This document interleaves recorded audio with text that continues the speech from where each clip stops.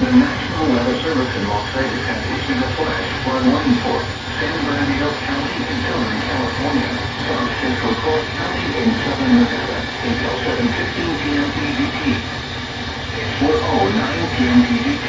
The radar indicated thunderstorms producing heavy rain in the New York tri-river area. Flash flooding is ongoing or expected to begin shortly.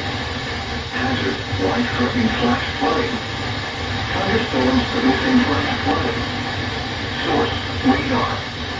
Impact: life-threatening flash flooding of low water crossings, creeks, normally dry washes and roads. Some locations that will experience flash flooding include the New York tri-river area,